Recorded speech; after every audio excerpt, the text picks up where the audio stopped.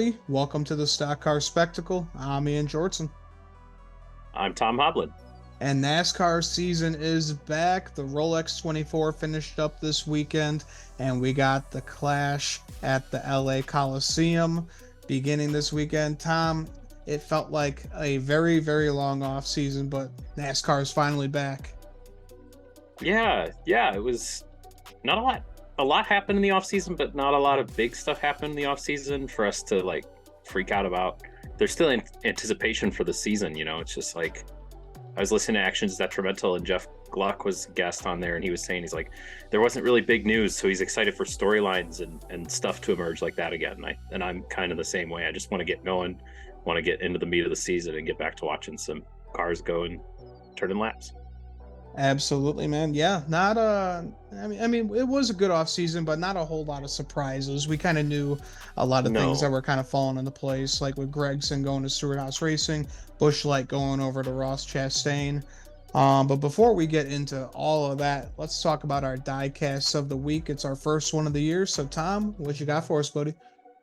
all right, I got one, another cool one that I pulled out of the advent calendar. It's a little guy, but he's a Christopher Bell race win from the Roval. Oh, You nice. don't see too many of the little cars get the confetti treatment and everything, so it's just really fun one. And I'm really high on Christopher Bell this season. I think he's gonna even outperform what he did last year. Yeah, I mean, Hence the two DeWalt. Yeah, two championship four appearances in a row.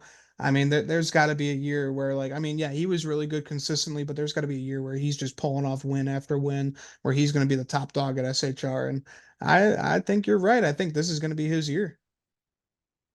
um, Way too early championship pick. I'm going with Christopher Bell. Adam Stevens knows how to get it done, and Christopher Bell looks strong.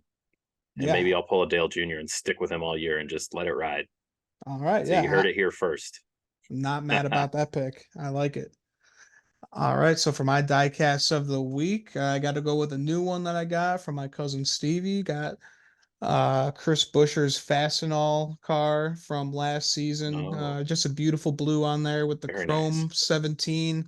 One of my newer drivers since Kevin's retiring. I just got a couple drivers I'm gonna be Right? watching. Got Noah, got Chris Buescher and Bubba. So yeah, got my boys. So happy to have a Chris Buescher diecast on deck.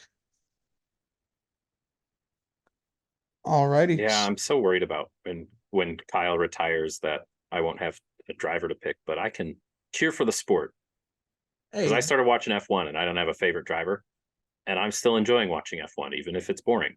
yeah, So and that even gives if me they don't hope for want to my allow future. American teams in either, Mm. Mm-mm-mm. but that's a whole nother thing.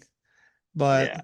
let's move on. So yesterday on Tuesday, NASCAR and Netflix released a new documentary, a docu-series, NASCAR Full Speed, and you and me watched the whole thing, and I thought it was fantastic. They dug into the lives of all these drivers. We got to see the ins and outs of what happens with the teams. We got to know a lot of the crew chiefs, especially Booty Barker. Got to know him a lot more.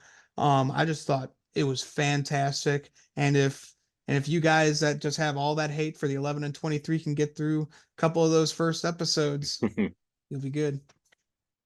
Oh, for sure. That was I could see how people would be turned off by it. NASCAR fans would be turned off by it because Denny and Bubba are, for whatever reason, are such I don't know, what's the word I'm looking for? Polarizing figures Hmm. that that I could see. Like if you watch those first two episodes, you're like, oh, it's just going to be Denny and Bubba the whole time. No, it's not. And what I can tell about how they did this is they truly followed the storylines of getting into the playoffs. It starts out, Denny did give them the most access, so he was probably the easiest to build around.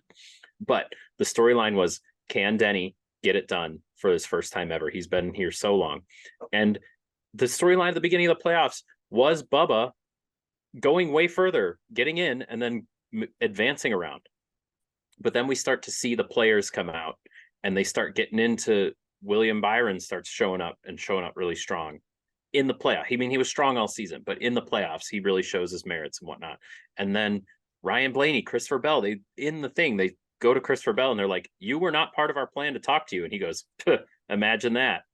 So like I thought it told the story of the playoffs really well, and there was no extra melodrama. There was nothing. It was all real, and it was really cool to just see into the lives like that. Yeah, It's very, worth a very watch well if you done. haven't checked it out. Yeah, very well done. Netflix just did a great job on documenting every single thing. Hmm. They talked to fans. You know, they mic'd up everybody. They mic'd up the pit crews. You know, a lot of Michael Jordan appearances in the documentary as well, talking to his drivers. So really cool how they just got every single they got all the guts of NASCAR into this documentary. Even if you're a newbie or if you're a lifelong fan, this documentary is just perfect. For sure, and it really does show that there's so much more to this sport than a bunch of people in the South turning left going fast. Like that's what we fight as NASCAR fans all our lives. It's like, oh, you're a NASCAR fan. It's just, oh, you watch cars on for 3 hours. Yeah, I do. But it's because of these relationships they can build. And if NASCAR can build up their drivers and the crew members and the crew chiefs and all this, the wives, the families, the parents, like all that, the Denny's dad. If you haven't watched it, watch the portion towards the end. They interview Denny's dad. Oh my goodness. Tearjerker right there. But Man, my I one just want him to smoke I that when I cigar one finish day. when I finished it, I was like, man, I want more. I want more of this. I want this to follow the whole season, just as organically as they did to follow the season, build those storylines up, and show the inner workings of everything. My one thing I'm nervous about is that they were too late to the game. We got this. It's this production crew is now done F1. They did tennis. They did golf. Now we got NASCAR. People are it's oversaturated, and I think they were too late. I don't think this is going to take off, and that's my fear because it was really good. It truly Hmm. was. There was it left some stuff to be desired, but it was really well done, and it was organic and nice. Yeah, I totally agree with you. You know, they did kind of fall behind on doing this for Netflix. So, I mean, this isn't their first docu-series either. I mean, they did one for Bubba a couple years ago on Netflix. They got Hmm. a couple, but this was probably the most in-depth docu-series that I've seen for stock car racing. They did such a great job with this. So hopefully it picks up. Hopefully a lot of people watch it and hopefully we get a second season. That's what Dale Jr. was saying. Is Yeah, there a confirmation for season two already? I one can only hope because Yeah. it was so good, and I just want to see more drivers, more crew, more families, everything. I want more. Crave it. Yep. Absolutely. My only problem is it was Kevin Harvick's last season. They did not mention him goddamn once in there, and he was in the playoffs. But He was in the whatever. playoffs, but was it up? I mean, it was up to him too. Did he want to let him in? You'd think Yeah. he was just trying to keep to himself and get through. His season was fine. It wasn't anything to be great about. So like he was probably just focused on trying to carry all of SHR on his back. He didn't want people intruding on his life. Yeah. Very true. Alrighty, so moving on, Mobile One and Toyota, they just announced a huge expansion of a motorsports agreement with select primary sponsorships across so many different series of racing. We're talking the NASCAR Cup Series, Xfinity, Truck Series, I mean, I think there was rally cross racing in there, just every kind of racing that you can think of that's a part of Toyota. Mobile One is going to be putting their paint on there, and it's insane that the level of dedication that they are with NASCAR. And they're still going to be sponsoring Stewart House Racing as well with Josh Berry, and it's Are they going to be really okay? yeah, and it's going to be secondary sponsors with all the other drivers as well. So Mobile Hmm. One is all in on NASCAR, and I love it. Yeah, it's. I mean, that teaser trailer they put out on Instagram was there's just like so many people in there and so many different cars, and that was really cool. But then they're cutting all these different faces. Like I don't know who you are. I don't know who you are. I don't know who you are. So like, hopefully they're just all those people are getting more exposed to the fans and everything, and it's just good for everybody all around to see more Mobile One. Plus the Christopher Bell paint scheme they released for the Clash. Oh, It it's just so well balanced and it looks mm, looks very good. it's so good, so good. Absolutely, man. Some more sponsorship news. Wendy's has also announced that they're going over to Trackhouse. They're going to be sponsoring all three drivers. Ross Chastain, they said that they're going to be sponsoring Daniel Suarez in the Xfinity race at Daytona, and they're going to be sponsoring select races for Shane Van Gisbergen in the Xfinity series as well. So, really big. I honestly thought that Wendy's was going to be sticking with Noah because for a while they were still following him on social media and everything, and Hmm. well, that's just another lost sponsor for Stewart Haas Racing to pick up. So yeah, But okay, it's big for them. if you put yourself in Wendy's shoes there, do you want to go with this up and you got Jimmy Johnson selling you over here? It's like we're this up and coming team. We've got new backing from Toyota. We're pulling all these sponsors. We have exciting drivers. Or do you want to stick with SHR or go to SHR, I guess, for the first time where their performance isn't up and their driver core is really young. Like those guys cup experience have a total of what 6 years maybe. Like it's a tough sell for SHR right now to pull in sponsorship and it sucks. Right. So I think from just a business standpoint, Wendy's made the right decision to go to Trackhouse. They're young, exciting team that can put out good content. Good, they're going to get screen time with the storylines of Ross and Shane and Daniel, like all of that. It's just all going to make sense. Whatnot. I mean, plus that commercial they put out too on social media where they're drawing the Wendy's burger, like that was it's just good fun. I can't wait to see what else Trackhouse has up their sleeve in Oh general yeah. with the three of those guys. They're so Yeah. marketable. It's Yeah. great. Definitely a smart marketing move by Trackhouse picking up Wendy's. So yeah, And pretty good for and them. to go on top of that, like Ross Chastain, it was in the documentary about how he is the blue collar everyday man and whatnot. And you don't have a lot of these direct to consumer sponsors in NASCAR anymore. Like, what is Lenovo? What is Leidos? What is I'm not going to a Rush Truck Center. I don't even know what that is. Right. I mean, that might be more of a blue collar thing, but just stuff like that. And so to have this everyman, this Ross Chastain, he's just a watermelon farmer, to have Wendy's back him, like people can see themselves going to Wendy's, and it's they can see themselves just chatting with Ross Chastain, having a beer, having a Busch Light. So I think they're backing the right horse all around. Yeah, definitely a very smart move.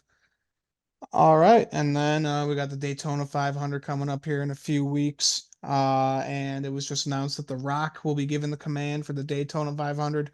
A lot of NASCAR fans are also big wrestling fans as well, so this is going to be hyped. The Rock is always great on the microphone, so I'm excited for my first Daytona 500 to be started by The Rock. Yeah, that's you talk about the connection with wrestling fans and whatnot. That's something I didn't expect when I blew up on Twitter a little bit. Was suddenly all the wrestling content I'd just kind of be forced to with the this.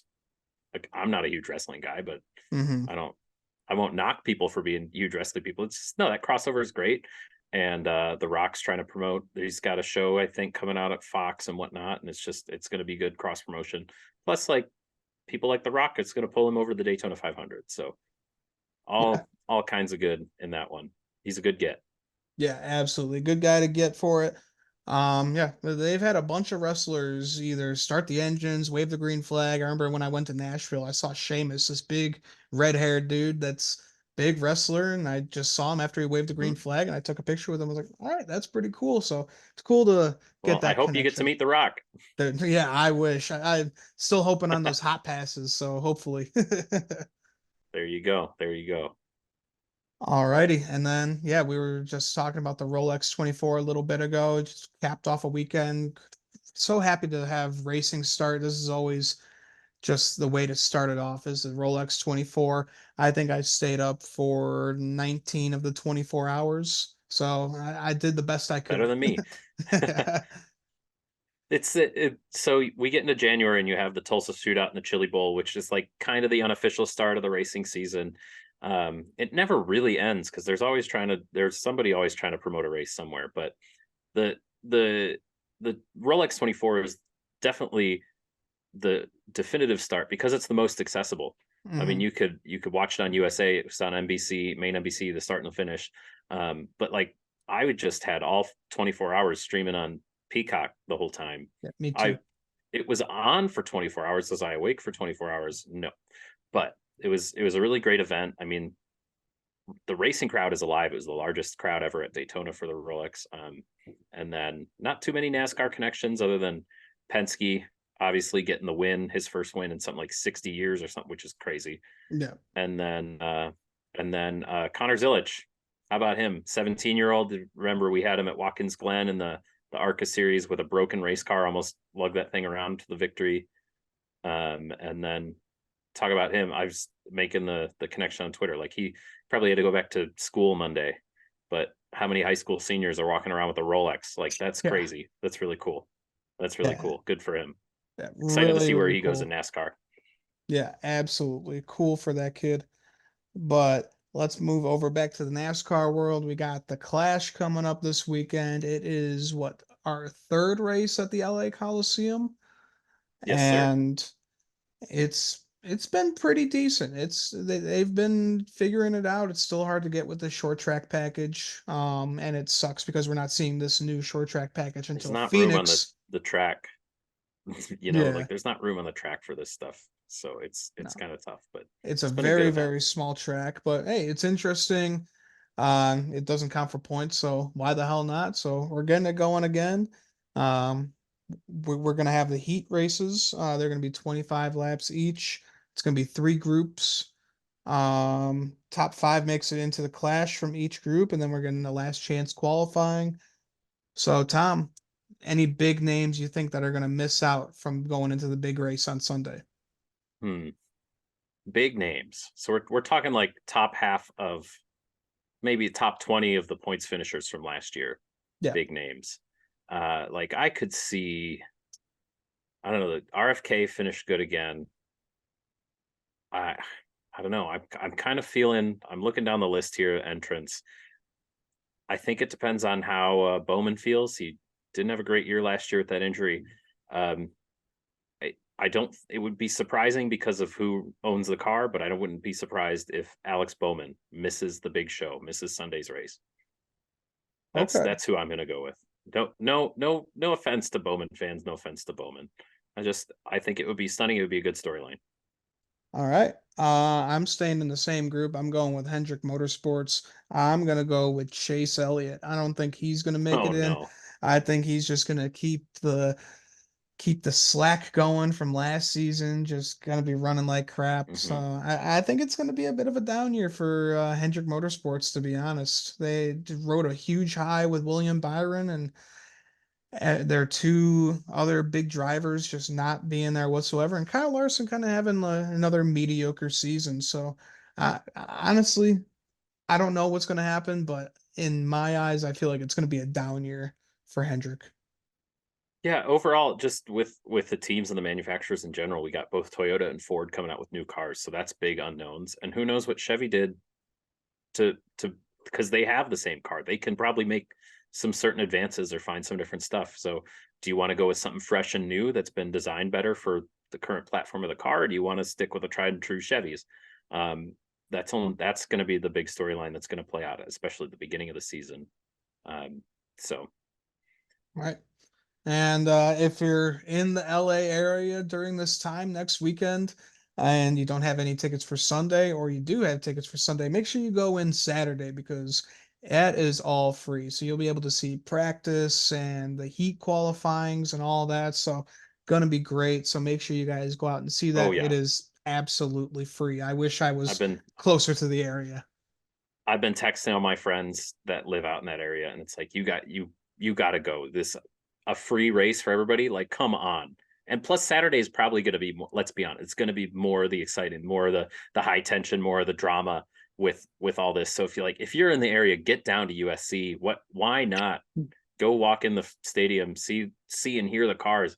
I went to this race. I went to the first one. That's where this shirt's from. It was a really fun event. I took my friend for the first time he'd ever been to a NASCAR race. It was a great event. The racing is what it is. It's going to just turn into bumper cars and somebody four rows back sending somebody into the corner. But it's an exhibition. It's all for fun, and there's a little bit of prize money that. But like, go experience it. That's the best advice we as NASCAR fans can give to non-NASCAR fans. Just go experience the race, and especially if it's free. This will never happen again. I Yeah. can't imagine it'll happen again. And then you get a mid-race concert too. You get a concert and a race. So I mean, you can't Hmm. beat that. At least for Hmm. Sunday. I mean, Yeah, on Sunday. I don't yeah, think you're getting any musical acts on Saturday, but the NASCAR Mexico series, I'll be interested to see that. I hope Fox gives that good airtime as well, just to kind of see the different styles of racing and whatnot, and different cars and all that. It'll just be a great day on Saturday, and Sunday's going to be a great race. Again, I went out there. I still had fun, even with the fact that Joey Logano beat my guy Kyle Busch eh, to end the day. So it's going to be yeah, a good day. absolutely. It's something different. But honestly, I hope this is the last year that we do the Coliseum because I want to see the Clash be moved around. Mhm. I want to see them move to different You areas. want it to Even go around? yeah, even if it's a different Here's stadium, why not? here's my biggest concern. Where else in early February are you going to put this race besides South Florida or Southern California? Where else can it go? I would That's like my to that's see my one question. if we're gonna stick with like a short track thing, let's go to the Bull Ring in Vegas. That's a crazy track. That would be Okay, fun to see. yeah, that'd be good. But Hmm. yeah, but you still the whole point of like the Clash was in LA was to bring it to the people and whatnot. It's Hmm. not like if you even take away logistics out of it, you can't go to like Soldier Field in Chicago just because of the weather. You're gonna get Hmm. snowed out in early February. Like anywhere, you can't do it at Bristol. A lot of people say they want to see the Clash at Bristol. That'd be really cool. I bet Tennessee is cold Oh at yeah, this it'll be time of year, cold. and nobody's gonna want to go to that. Um, it's just a tough thing with how long our season stretches Hmm. that you're gonna get these early season races that have to stay south. Yeah, I still think that So there's who a knows? lot of small racetracks out in California. I feel like Hmm. there's just so many they can choose. If they want to stick with the whole California thing down there, sure, go for it. But man, you got some like real tracks out there that I mean, like Kevin Harvick grew up driving. I'm sure he could point them away. If they're still there, I mean the Yeah, real if estate market has boomed a lot, and we saw that with Auto Club and all that. So right. um, I agree. I think the Clash of the Coliseum has kind of run its course. Do I think Sunday is going to be a great race? No, not by any means, but that's not really what it's for. But I do think it's run its course, and they're going to have to do some serious thinking on where they're going to put it. Yeah. So if you I guys, also I also think they need to go back to pole winners. I They need to like go back that. to pole winners. Like seeing this entry list is Josh Williams is going to attempt to race for the Clash. He's not even running for points this season. Yeah, this is just gonna be like That his doesn't third it doesn't cup make sense. race. Yeah, Kaz Grala, like uh, Corey LaJoy, they don't need to be there. This shouldn't just be a catch-all event. Hmm. Put the elite guys here on this track and see what they can do. If you won the pole, you should go. Like no rookies, no one-off starts. Like it's weird. It's Yeah. weird. Yeah, I like the way that it used to be run.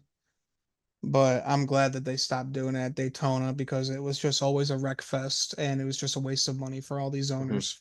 It's unnecessary money spent in Wreckfest and whatnot. Yeah, like Yeah. it ran its course there too, and there may be a conversation. It's all it is right now. It's just they want to do something before the 500 to hype up the 500, and Right. now with where the Super Bowl lands, it's hard. They're never going to compete with the NFL. No. Um, and then you can't put it back in Daytona because you don't want to do a week at Daytona and then a week off and a week back at Daytona. It's tough. It's just a Hmm. whole tough thing, and I'm sure they're working hard at NASCAR and they've got something up their sleeve, and it'll be great or it'll suck. Who knows? Yeah. But they're trying. They're trying new things, and congrats to them. Yeah. We shall see. All right. So we got our picks. Tom, who you going to win at the LA Clash? Going back to DeWalt, even though he's not running DeWalt, he's running Mobile One. But I think Christopher Bell's going to start the year off strong. We saw it. Joey Logano won the Clash, won the championship. Martin Truex won the Clash, won the regular season championship. I think, although the race doesn't matter, it can give you a lot of momentum and a lot of positive feelings going into the season. And I think Christopher Bell can pull it off. All right. I like it. I gotta go with this guy right here, Mr. Christopher Busher. Mm, Um, I think Ford is just really good at the Coliseum. We saw that with the first year with Joey Logano, and RFK just had a career year last year. Chris Buescher was absolutely incredible. I think him and Brad are going to work together well, and I think we're going to see either one of those cars in victory lane on Sunday. As much as it pains me to say, I think RFK is going to have a very strong year, and I don't like that I feel good about that. Got to get over that But Keselowski hate, man. I'm I'm it's weird. I'm starting to really like Ryan Blaney, but I can't stand Penske and just that whole racing team. I didn't want to see Penske win the Rolex 24. I didn't want to see Penske win Indy 500. Like I didn't Mhm. like any of that, but I'm starting to like their drivers, and that's freaking me out. I'm just becoming an old softy, I guess. It's like Guess I like so, man. everybody. Let's everybody have fun. Yeah, right. All right, so we got our picks in store. Um, Man, you got anything else to add before NASCAR kicks it off this weekend? Oh man, I'm excited. Just so excited to see how everything plays out. There's been so much build up with people. I mean, the silly season, there's people moving around and where Shane was going to go and how they were going to incorporate him. And just there's a lot of good young talent in here coming, like John Hunter Nemechek coming back and Carson Hocevar entering the Cup Series. I think Spire Motorsports is going to surprise some people this year. I truly think Rick Ware Racing, if RFK is going to start doing well, Rick Ware Racing is going to start doing better. So there's a lot less of man, and I don't really see too many people on this list of who's going to suck this year. I mean, maybe Colleague starts to fall further and further down. Mm-hmm. But there's just a lot of good looking talent out there, and it's going to be a hell of a season yet again. Yeah, It's exciting. I think it's going to be a stacked season. I totally agree with you. A lot of drivers in new places, new teammates, old teammates coming back together like Josh Berry, Noah Gregson. We'll see how all those young guys over at Mhm. Stewart House Racing will work together. And yeah, I think that will about wrap it up for us. So, guys, let us know down below who you think is going to miss out on the Clash and who you think is going to win the Clash on Sunday. And make sure to like our video and subscribe to our channel. So that will about wrap it up for us. So for the Stock Car Spectacle, I'm Ian Jortson. I'm Tom Hoblet. And we'll see you guys next time. Enjoy the Clash.